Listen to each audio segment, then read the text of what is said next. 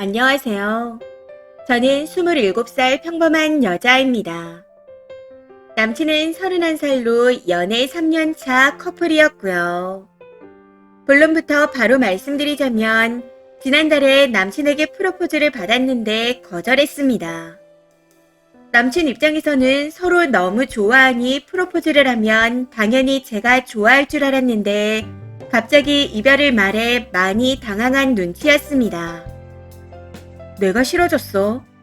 아니면 다른 문제가 있는 거야? 하고 계속 물어오기에 그냥 지금은 결혼 생각이 없다고 말했었습니다. 그랬더니 계속 연애를 하면서 저를 기다리겠다 하더라고요. 그래서 저번 주 주말 제 마음을 솔직하게 전했습니다. 지금부터 프로포즈를 거절한 이유에 대해 말씀드릴 테니 읽어보시고 조언 부탁드려요. 우선 첫 번째로 남친 집안이 가부장적입니다. 남친이 어렸을 때부터 어머니가 모진 시집살이에 시달리셨다고 합니다. 오랜 기간 동안 힘들게 지내는 와중에도 아버님의 중간 역할은 없었고 결국 참다 못해 어머니가 더 이상 못 살겠다며 터지는 바람에 친가 쪽은 아예 발길을 끊었답니다. 그래서 지금도 명절에는 아버지만 왕래를 한다고 들었네요. 남친도 어렸을 때부터 어머니가 힘들어하시는 걸 보며 자랐기에 친가 식구들을 싫어해서 어머니가 왕래를 끊었을 때 같이 발길을 끊었다 했습니다. 그렇게 친가와 안 보고 지낸 지 15년도 더 됐다 하더라고요. 근데 좀 황당한 건 남친 외가 쪽도 가부장적이라는 겁니다. 남친한테 사촌 동생들이 정말 많은데 그 이유가 삼촌들이 아들을 낳을 때까지 낳아서랍니다. 삼촌들이 전부 곧 환갑을 앞두고 계시거나 환갑인데 막내들이 미성년자예요. 전부 아들이고요. 외할아버지도 할머니도 아들들한테서 꼭 아들 손주를 보고 싶다 하셨던 분들이고 삼촌들 손주들을 더 예뻐하신답니다. 대놓고 차별을 하신 건 아니지만 본인이랑 이모들 자식보단 삼촌들 자식들을 더 예뻐한다 하더라고요. 이에 남친은 우리 할아버지 할머니는 옛날 분들이라 그럴 수 있어. 그리고 외숙모들도 아들을 가지고 싶어 낳은 거지 절대 강요하지 않았어. 모두가 원해서 아들을 볼 때까지 낳은 건데 그게 왜 문제인지 모르겠어. 우리한테는 절대 바라지 않을 거고 엄마가 시집살이가 얼마나 힘든지 알고 있어서 절대 시집살이 시키지 않는다고 하셨어. 이런 반응입니다.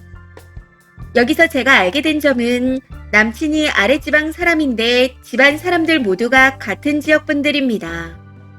그래서인지 이런 문화에 좀 익숙하신 것 같아요.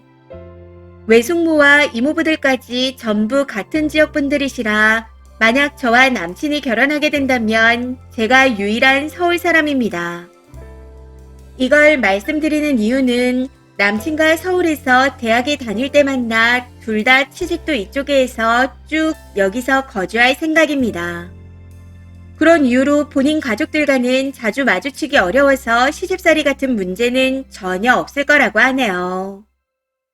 두 번째 문제는 남친 가족관계가 아버지, 어머니, 남친, 남동생인데 어머니가 남친에게만 서운함을 느낀다는 겁니다. 제가 아플 때 죽이나 약 같은 걸 챙겨준다거나 예쁘고 좋은 걸 저한테 선물한 사실을 알게 되면 대놓고 서운하다 말씀하십니다. 한 번은 어머니가 많이 속상하셨는지 남친과 남동생을 불러 너희는 여자친구들에게 잘할 게 아니라 나한테 잘해야 한다. 이런 식으로 말씀하시며 뭐라고 하셨는데 남친이나 남동생 둘 다 별 반응을 안 했대요. 당시 본인이 생각했던 반응이 아니었는지 아버지께도 말해서 아버지가 아들들을 불러 한 번 더 엄마한테 잘하라고 말씀하셨다네요.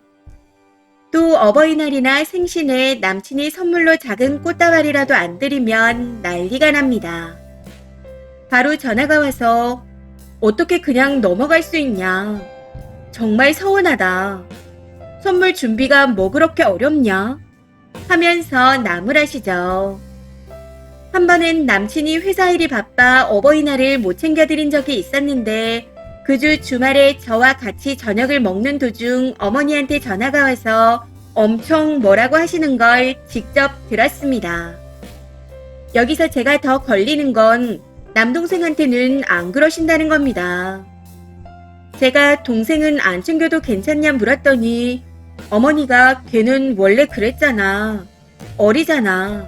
하면서 한 번도 뭐라고 하신 적이 없으시대요. 참고로 말씀드리자면 남친 동생이 저랑 동갑입니다. 생신 때는 항상 외식하면 남친과 동생이 밥값을 번갈아 지불하는데 남친은 밥값을 계산해도 무조건 선물을 준비해야 합니다. 근데 동생은 계산을 하든 안 하든 따로 준비하는 선물이 없어도 그냥 넘어간다네요. 그리고 마지막으로 이게 제일 큰 고민인데 외가 식구들과 사이가 정말 좋습니다. 어머니가 본인 형제들 중에 동생분들, 즉 남친한테는 이모들이죠. 이모 두 분과 아주 베프입니다. 그래서 남친이 어렸을 때부터 이모 가족들이랑 모든 걸 같이 했다고 생각하면 될 것 같네요. 가족 여행도 항상 같이 갔기에 온전히 내 식구가 가본 적이 없다 하더라고요. 이제는 다들 성인이고 일을 하고 있으니 시간 맞추기가 어려워서 부모님들끼리 여행을 가시는데 만약 이모부가 참석하지 못하게 되면 남친 부모님, 이모들 이렇게라도 모든 일정을 함께 하신다고 합니다. 지금도 매일같이 톡하고 전화하고 쇼핑, 운동, 여가 등을 전부 같이 하세요. 가족끼리 친하고 화목한 게 보기 좋다는 건 알고 있습니다. 저도 정말 좋다고 생각하는데 친한 만큼 가족끼리 비밀이 없어요. 내가 집에서 하는 모든 이야기를 온 가족이 다 알고 있다고 보시면 됩니다. 하다못해 카톡 프사를 받고도 말이 많이 나오니 남친은 프로필 사진을 절대 안 하고 있어요. 이 때문에 에피소드가 정말 많네요. 남친이 취업 준비를 할 때 이곳저곳에서 정보를 얻는데 사촌들의 연봉이랑 성과금, 적금, 모아둔 금액, 한 달 생활비, 공과금, 집 보증금까지 세세하게 다 알고 있더라고요. 당시에는 사촌들과 친하게 지내다 보니 이야기를 들었나 보다 했었는데 알고 보니 전부 어머니한테 들었답니다. 반대로 남친의 사적인 것도 이모들이 다 알고 있다는 거죠. 자세히 말씀드릴 순 없지만 이번 설에 재정적으로 문제가 있어 어머니와 이모들이 돈이 필요했는데 본인들끼리 자식들한테 돈을 받자고 했나 봐요. 작년부터 말이 나오던 상황이라 남친과 사촌들은 그 돈을 왜 우리가 줘야 하냐며 안 드리고 있었답니다. 그러다 결국 사촌들이 돈을 드리고 남친만 안 드리고 있던 상황에서 이모들한테까지 연락이 왔더라고요. 우리 자식들은 너보다 못 벌어도 다 줬는데 너는 이만큼이나 벌면서 그거 하나 못 주냐? 라고 하며 엄청 뭐라고 하시더군요. 조금 너무하셨던 게 남친 어머니는 그저 이모들 뒤에 숨어서 네 이모들이 그렇잖니. 나도 하기 싫은데 어쩔 수 없어. 이렇게 말씀하시며 내가 한 게 아니라는 태도를 보이셨다는 거죠. 결국 남친도 돈을 드렸는데 이때 처음으로 본인 엄마한테 진심으로 실망했다 했습니다. 저는 이 일로 남친과 결혼을 하게 되면 내 시어머니는 한 분이 아니겠구나 하는 걸 깨닫게 되었습니다. 그 와중에도 남친은 엄마가 나 명절에 대놓고 욕먹지 말라고 일부러 전화로 말해준 거야. 내 생각해서 그러신 거야. 라고 하더라고요. 이외에도 남친이 저와 놀러간 사진이나 저한테 준 선물을 인별에 업로드하면 사촌들이 보고 이모들한테 전달합니다. 그럼 바로 이모들이 남친 어머니께 전달하고요. 그러고 나면 어머니가 남친한테 거기 좋았니? 그런 선물은 여자들이 안 좋아한다. 하는 등의 말을 전달하십니다. 이 사실을 알게 된 후 남친한테 앞으로는 저와 관련된 모든 사진이나 글은 어디에도 올리지 말라고 했었네요. 남친과 결혼하면 저 역시 프로필도 마음대로 바꾸지 못하겠죠. 그리고 한 가지 여쭤볼 게 원래 사촌들끼리도 나이 순서에 따라 결혼하나요? 형제들끼리는 그런 경우가 있다고 들었지만 사촌들 나이까지 따지는지 궁금해서요. 남친 말이 이번 명절에 외할아버지 할머니가 살아계실 때 본인이 먼저 결혼해야 나머지 사촌들도 결혼할 수 있다 했답니다. 남친이 사촌 중에 나이가 가장 많거든요. 아무튼 여기에 적은 내용 말고도 매년 외가 식구들과 모여서 가족 사진 찍기, 외가가 독실한 기독교로 종교 강요가 심했다가 영 끊을 뻔한 적이 있어 지금은 갈 사람들끼리 매주 교회 가기, 딸 같은 며느리를 원하는 남친 부모님까지 자잘한 일들이 정말 많았습니다. 이 모든 것들을 연애 기간 동안엔 굳이 신경 쓸 필요가 없다 생각했지만 결혼하는 순간부터는 저와도 관련된 일이잖아요. 결정적으로 제가 결혼은 아니라는 생각이 들었던 건 남친의 반응 때문입니다. 남친이 저를 많이 사랑해주는 게 보여 이 사람과 결혼을 하고 싶다가도 가족들과 문제가 발생했을 때 마지막까지 단호하지 못한 모습들을 봐왔기에 결혼을 하게 되면 어떻게 될지 뻔히 보이는 것 같거든요. 남친은 제 말을 듣고 이제 깨달았으니 중간 역할 확실히 하겠다. 제발 나를 믿어달라. 왜 시작도 안 해보고 나를 포기하려고 하냐? 라고 하며 아직 저를 사랑한다고 합니다. 본인과 결혼하면 절대 후회하지 않게 하겠다네요. 이별을 말한 뒤 현재까지 계속해서 저를 설득하려는 남친의 진심에 흔들리다가도 행복하려고 하는 결혼이기에 불행해지고 싶지 않아 단호하게 거절하고 있습니다. 제 주변에 결혼한 분들이 많이 없어 부득이하게 익명으로 충고와 조언을 듣고 싶어 글을 씁니다. 이대로 끝내는 게 맞는 거겠죠. 미리 댓글 달아주신 모든 분들께 감사드립니다. 좋은 하루 되세요. 댓글입니다. 첫 번째. 결혼한 남자 입장에서도 저 남자는 결혼하면 안 될 것 같은데요. 파도 뭔가 샘솟듯이 나오는 지레개네요. 남자가 중간 역할을 잘해서 다 컷한다고 해도 결국 천하에 죽이려는 쓰니가 될 겁니다.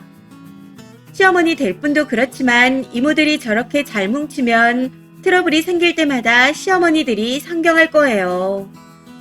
여러 사람들과 연애하시면서 더 좋은 인연을 찾는 게 좋을 듯 합니다. 두 번째. 남친 어머니도 다르지 않네요. 시집살이에 남편 중간 역할이 없어 발길을 끊었다면서 어머니 쪽에서는 더 똘똘 뭉쳐서 저리 피곤하게 하고 있으니 결혼한다고 상상만 해도 아찔합니다. 쓰니가 말한 대로 시어머니가 한 명이 아니라는 건 당연한 거겠죠. 세 번째. 그 엄마 아들은 결혼하면 안 됩니다. 아들도 그 엄마 아들로만 살아야 하고요. 남의 집 귀한 딸 인생 골치 아프지 않도록. 엄마가 무슨 아들한테 여친처럼 서운하다고 징징거려요.